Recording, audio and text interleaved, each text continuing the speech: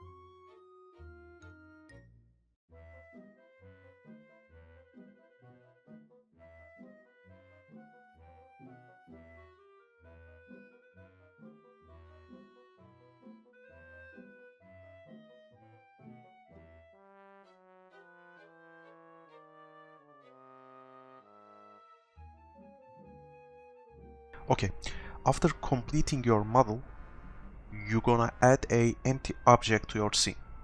We are going to use coordinate information from empty object inside the material. Go to your shading tab and create a material for your model. After creating your material, add gradient texture to your material.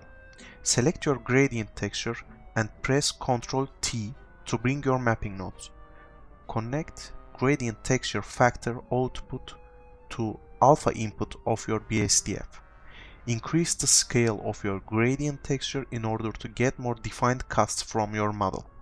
Now you can use your empty object to get section views for your model.